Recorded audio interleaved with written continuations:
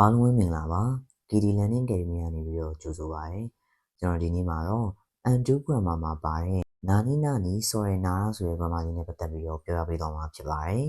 ကျွန်တော်ရဲ့သင်ခန်းစာဗီဒီယိုတွေကို TikTok မှာမဟုတ်ဘဲနဲ့ YouTube မှာလည်းကြည့်လို့ရပါတယ်ကျွန်တော်ရဲ့ YouTube channel နာမည်လေးကတော့ KTLA Language Center ဆိုပြီးတော့ပဲဖြစ်ပါတယ်ကဲအားဆိုလို့ရှိရင်ကျွန်တော်ဒီသင်ခန်းစာလေးကိုစလိုက်ကြအောင်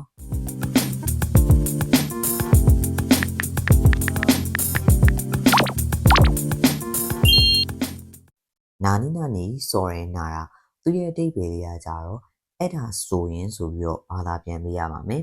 သူကဘယ်လိုနေရာမျိုးတွေမှာသုံးလဲဆိုလို့ရှိရင်အခြားသူရဲ့ပြောစကားကိုတုံ့ပြန်တဲ့အခါမှာတယောက်ကအကြောင်းအရာတစ်ခုကိုပြောတဲ့အခါမှာအဲ့ဒီစကားကိုအခြေခံပြီးတော့ပြန်ပြီးတော့တုံ့ပြန်တဲ့အခါမျိုးတွေမှာသုံးတယ်သူ့ကိုစာကြောင်းရဲ့အစတွေမှာသုံးပါမယ်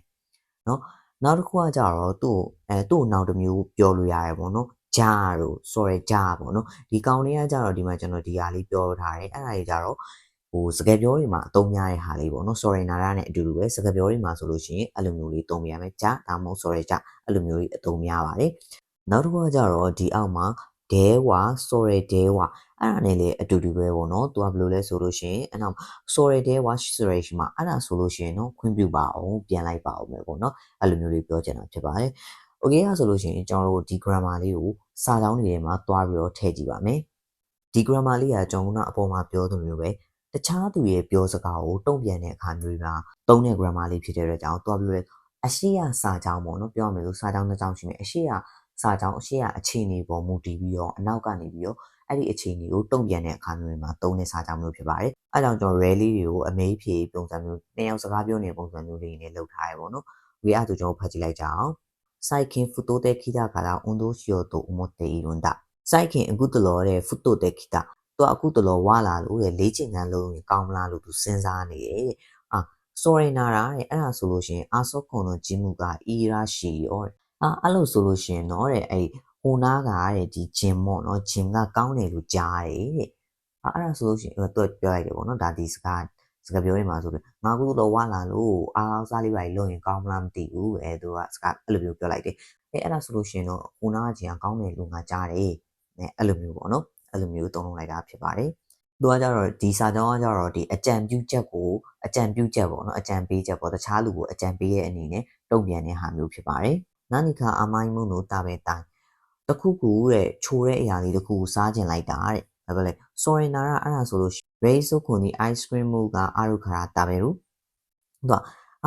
ချိုရာလေးတစ်ခုလောက်စားကျင်လိုက်တာတဲ့အချိုးလေးတစ်ခုလောက်စားကျင်လိုက်တာပေါ့နော်အဲ့ဒါဆိုလို့ရှိရင်တော့ရေခဲတင်တာမှာရေခဲမှုရှိတယ်စဉ်းစားမလားပေါ့အဲ့လိုမျိုးပြောလိုက်တာဖြစ်ပါတယ်ဒီအားကြတော့ဘယ်လိုလဲဆိုတော့ဆန္ဒကိုတုံ့ပြန်တဲ့အခါပေါ့နော်တခြားလူကသူ့ရဲ့ဆန္ဒကိုပြောလိုက်ရဲ့အဲ့တိုင်းကိုယ့်ဘက်ကနေပြီးတုံ့ပြန်တဲ့အခါမျိုးတွေမှာသုံးတဲ့ဟာလေးဖြစ်ပါတယ်どこか旅行に行こうと思うんだけどတနေရာကိုတဲ့ခီးသွားဖို့စဉ်းစားနေတာတဲ့စဉ်းစားနေတာငါတနေရာကိုခီးသွားဖို့စဉ်းစားနေတာအဲ့လိုမျိုးပြောလိုက်တယ်ဆိုရင်နာကတိုကျိုကဤရောအဲ့ဒါဆိုလို့ရှိရင်တိုကျိုကကောင်းတယ်လေသူတို့မှာတော့နှစ်ယောက်စကားပြောနေပေါ့နော်ငါအခုဒီယာတီမှာခီးသွားဖို့စဉ်းစားနေတာသူအဲ့လိုမျိုးပြောလိုက်အဲ့ဒါဆိုလို့ရှိရင်တော့ဒီချိန်ဆိုလို့ရှိရင်တော့တိုကျိုကကောင်းတယ်လေအဲ့လိုမျိုးပေါ့နော်ဒီကောင်ဆိုလို့ရှိရင်လည်းဟို